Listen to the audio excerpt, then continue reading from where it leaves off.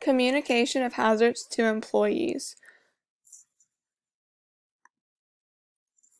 The objective for this training is for every employee to understand the hazard signs and symbols and be able to communicate when and where to use the hazard preventions.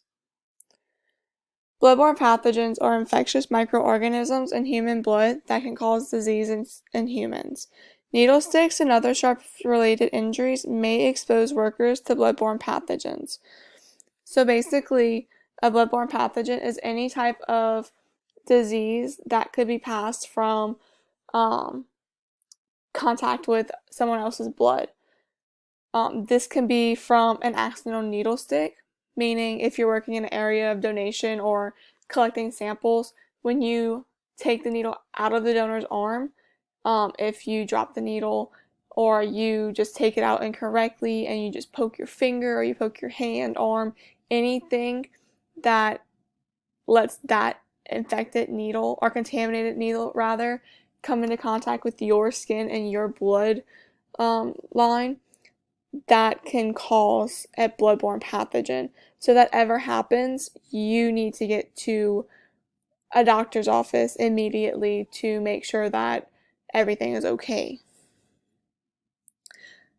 So because of that, biohazard labels are required on containers of regular waste, refrigerators and freezers containing blood or potentially infectious material, and containers used to store, transport, or ship blood or other potentially infectious material. The labels are fluorescent orange or orange red with a contrasting color for symbol and lettering. This contrasting color is normally black. The black against the orange is it kind of jumps out at you, so you know, hey, this is a biohazard. I need to be careful about what I'm about to go into or what I'm about to be touching, stuff like that. So this means the labels must be fixed with the intention of not removing or being removed. The biohazard label will be on anything. It can be on a container. It can be on a bag. It can be on certain items that you use and that come in contact with blood or any other contaminants. So it's very important that we make sure this label does not fall off at all costs. Ways to do that is by using string, wire, adhesives, or other means.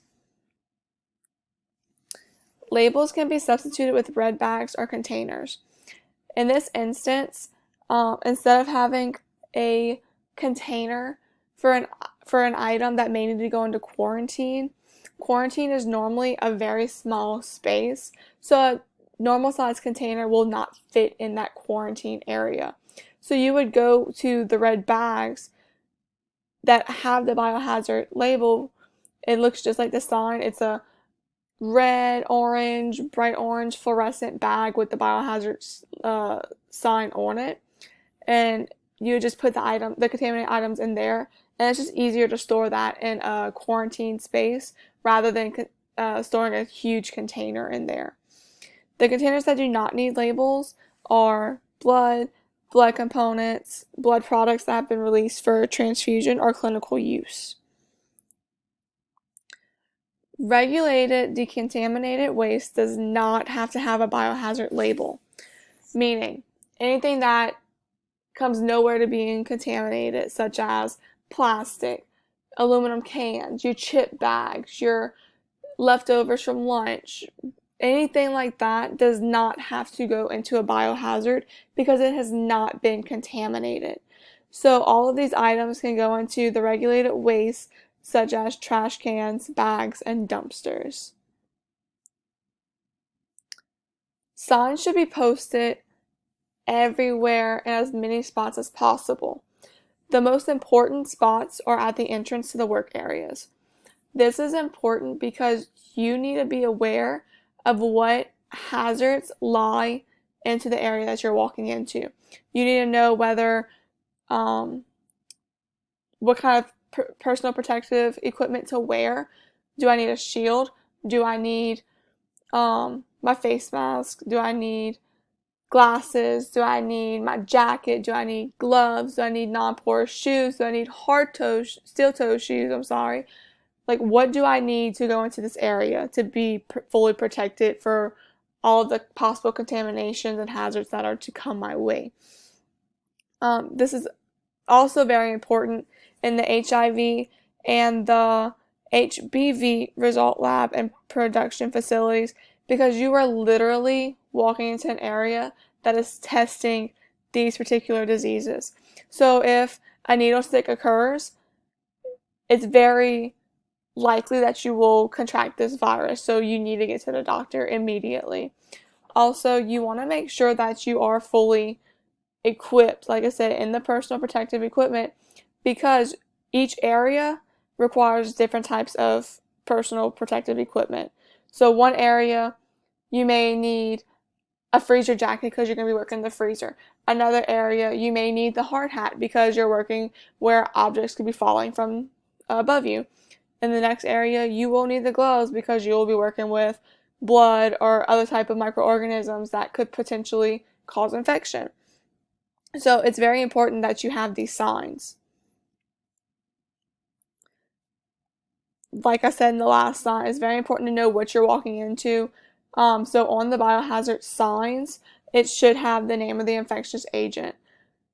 Again, you want to know this because you need to know what kind of personal protective equipment to be wearing in order to safely work in this area or safely transport items into this area, safely get rid of the items in the area. Like, you need to know all of these things when you're walking in there so you know how to prepare yourself for what's to come.